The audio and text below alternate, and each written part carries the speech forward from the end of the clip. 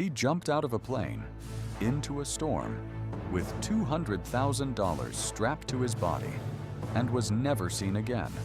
Not a single confirmed trace, not a fingerprint match, not a body, not a name. This is the story of D.B. Cooper. Here is what should haunt you. This man did not just disappear. He disappeared perfectly. And in 50 years of hunting him, the FBI never got close enough to matter. But what investigators found along the way didn't just fail to solve the case. It made the case stranger, more impossible, more infuriating. There is a bundle of cash recovered in 1980 that should have answered everything. It answered nothing. There is a parachute found by accident that the FBI cannot fully explain. And there is a list of suspects, hundreds of them, each one convincing enough to keep investigators up at night, each one ultimately wrong, or at least unprovable. The man called D.B. Cooper walked onto a plane with a briefcase, a dark tie, and a plan so audacious it had never been tried before in American skies. He executed it almost perfectly. And then the night swallowed him whole.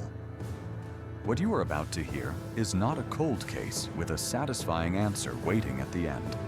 It is something rarer, a case that breaks you with its openness, with the sheer weight of not knowing.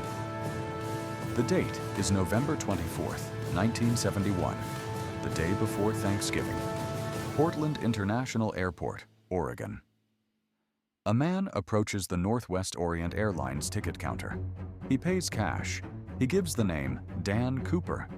He boards Flight 305, a Boeing 727 bound for Seattle.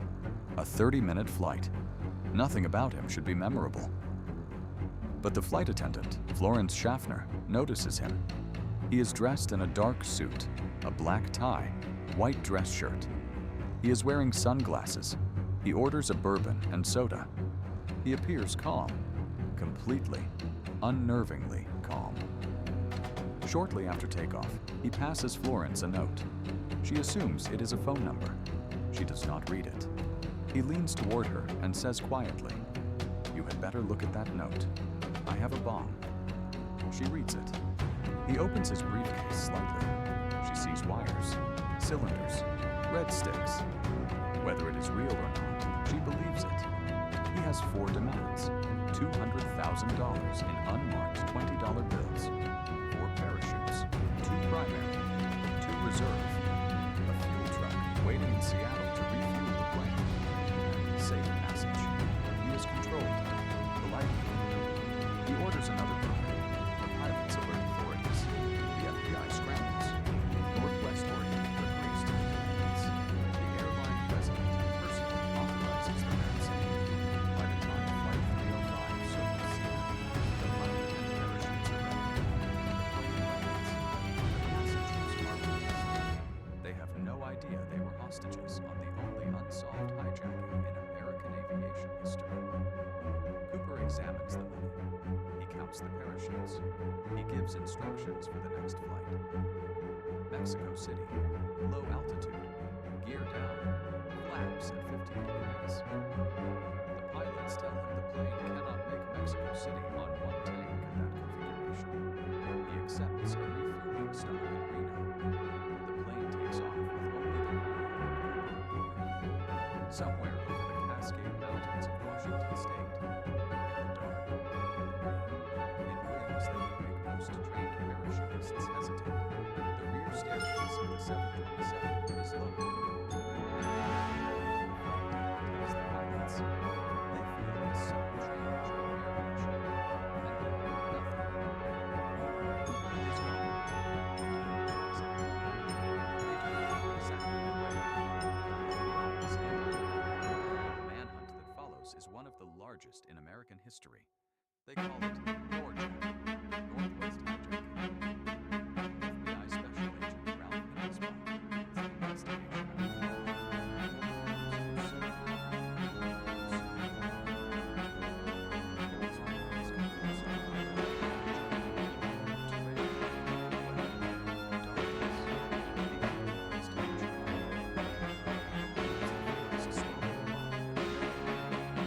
Search teams comb the Cascades.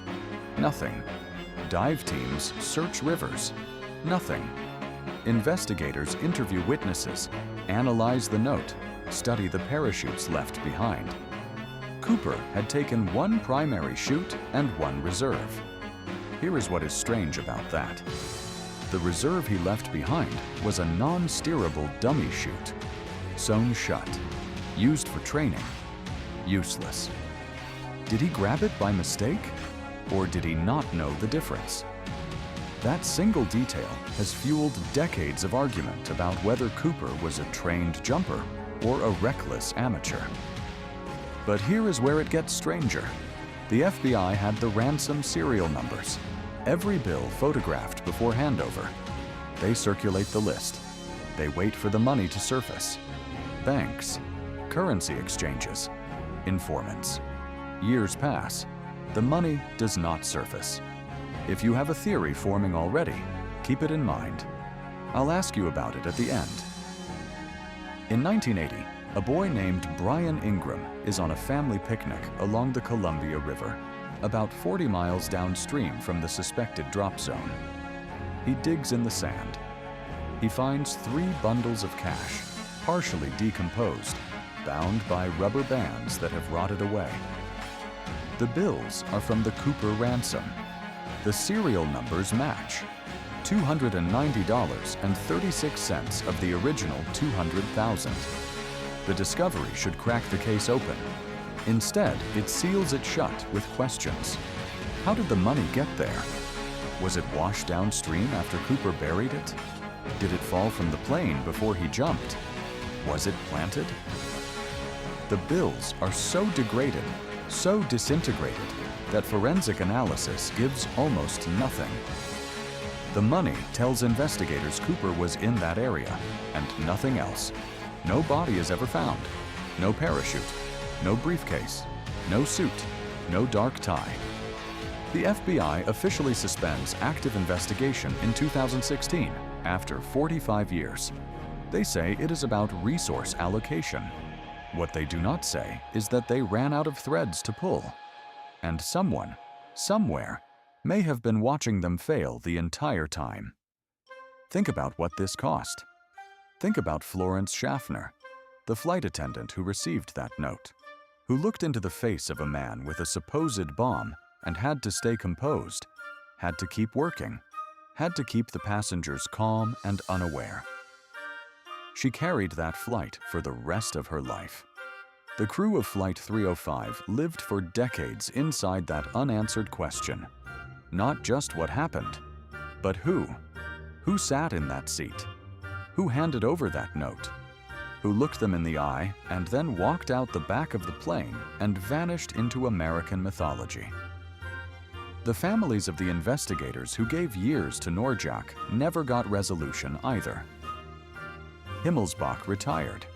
He wrote a book. He went to his grave believing Cooper died in those mountains. He never stopped being angry about it. And then there are the suspects. Over the years, the FBI formally investigated more than 1,000 individuals. 3 names stand above the rest. Richard Floyd McCoy Jr., a Vietnam veteran, skilled parachutist, Sunday school teacher.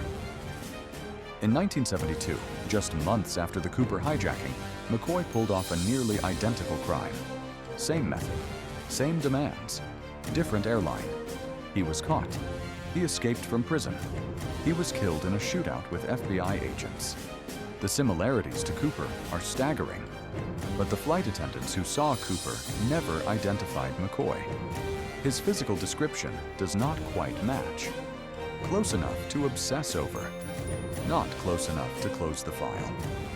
Kenneth Christiansen, a former paratrooper, a Northwest Orient employee who knew the 727 well, a man who made a deathbed confession to his brother that there was something his brother needed to know. His brother, Lyle, spent years convinced Kenneth was Cooper. He matches the physical description. He had the aviation knowledge. He had motive. But investigators found no evidence, no money, no proof. A dying man's suggestion and a family's certainty. That is all. Robert Rackstraw. A con man, a paratrooper, a man who lied about nearly everything and had a criminal record that reads like fiction. He was investigated twice by the FBI and cleared twice. In his final years, he claimed, in cryptic public statements, to know the truth. He died in 2019. Whatever he knew died with him. Each of these men could be Cooper. None of them can be proven to be.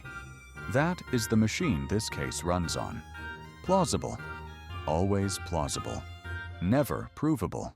Somewhere, there is a possible answer. In an unmarked grave in the Cascades. In the memory of someone who recognized him and said nothing. In the rotted bills along the Columbia River that whisper the same thing they always have. He was here, and then he wasn't. So what do you think really happened? Did Cooper survive that jump? Does one of these suspects feel right to you? Or is there something else entirely going on? Tell me your theory in the comments. I read everyone. Next week, we leave American soil for a case that shook an entire country and left a question that its government still refuses to answer. Subscribe